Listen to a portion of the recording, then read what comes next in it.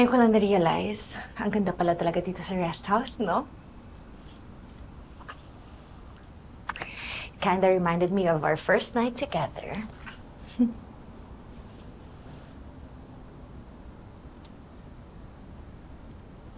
Chris? What's wrong? Pasensya ka na. Nag-aalala lang ako kay Bel eh. Hindi pa rin pala tapos yung issue kay Belle?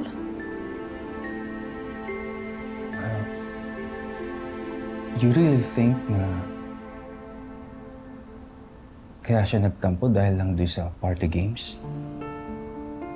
Han, si Belle na nga mismo yung nagsabi, di ba? Ano namang gusto mong marinig? I just want to make sure. Tara, Where? punta tayo sa kwarto ni Bel at makipag-usap tayo sa bata, makipagkwentuhan. Baka meron siyang gustong sabihin eh. Chris naman, ito na nga lang yung time natin together eh. Sige na, sandali lang to. Sumunod ka, ha? Sumunod ka.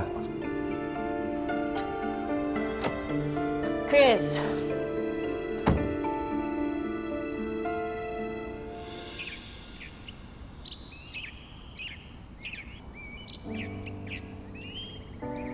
Kawawa ka naman. Nag-iisa ka. Nasaan kaya ang mommy mo? Kasi, alam mo, sana balikan ka niya. Sana hindi ka niyang iiwan. Kasi, paano kapag iniwan ka na niya? Sino naman ang mag-aalaga sa'yo? Tsaka kung makahanap ka naman ng ibang nanay, hindi ka naman sure kung talagang mahal ka o kung talagang ituturing kang anak.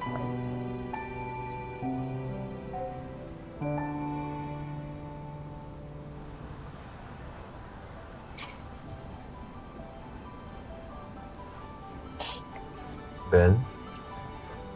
Daddy, Wow. Iiyak ka ba? ano lang po kasi, Daddy, naawa po kasi ako sa kanya.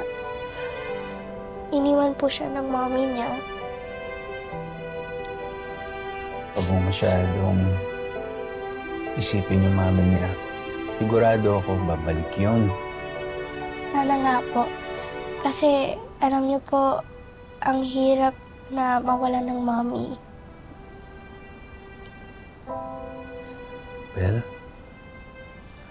Meron ka bang gustong sabihin sa akin? Po,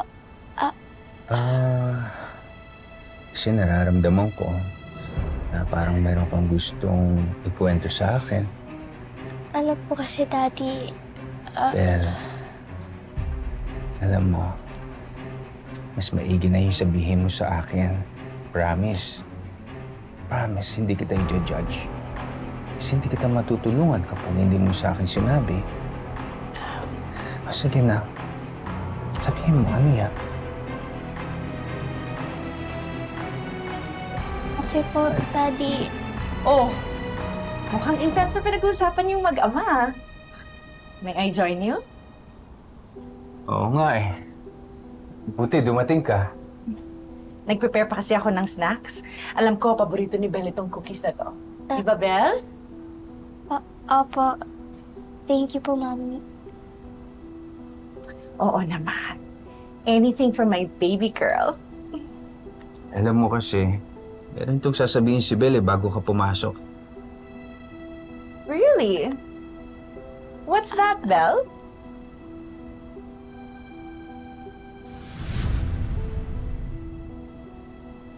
Ewan ko ba? Ang bilis ko mairita dyan sa Belle na yan. Palibasa kasi, hindi ko naman siya anak.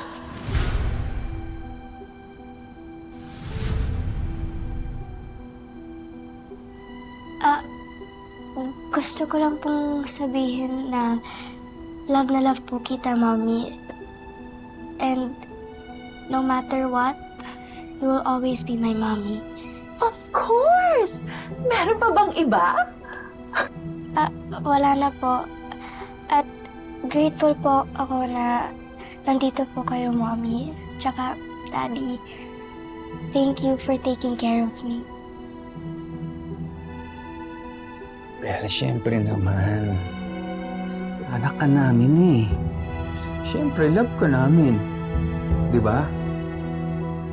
Sobra. Thank you po, Daddy. Oh, yun na pala yung mga cookies mo. Sige, kain ka muna. Teka. Ayan.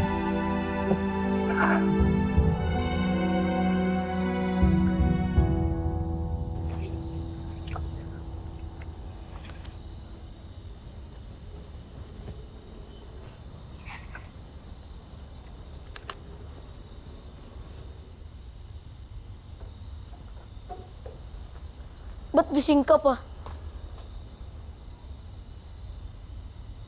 Bakit ikaw? Ba't di ka patuloy naglayas? Seryoso ka bang ayaw mo makita? Wala. Naisip ko lang.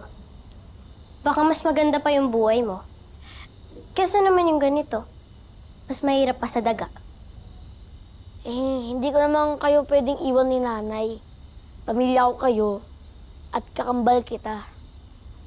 Kakambal, pero di magkamuka. Kaya kailangan ko pa mag-lotion para pumuti. Lotion? Naka-lotion ka? Ano ba? Naka-lotion ka nga. Ano nakakuha ng lotion? Yung mahal-mahal nun. Umiram lang ako. Totoo ba yan? Kanino, ha? Basta. Di ako naniniwala. Nasaan yung lotion mo, ha? Ba! Huli ka! Akin na nga dyan! Paano ko nakakuha ng lotion na to, ha? Mahal-mahal na to, laki-laki pa, oh! Teka, ikaw kumuha ng pera ni Aling Jacinta, no? Di! Huwag ka na magsinungaling! Ano yan, Tyrone? Umamin ka na! Ikaw ang nagnakaw! Sinungaling ka ba? Tingnan! Okay na yan! Aminin mo na kasi! Ikaw ang kumuha! Oo na! Dali! Tyrone! Anak!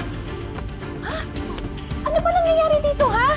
Bakit umiiyak tong kapatid mo? Ano nangyayari? Nay, umamin na po si Tali. Siya po ang kumuha ng pera ni Aling Jacinta. Ano? Daddy, totoo ba to?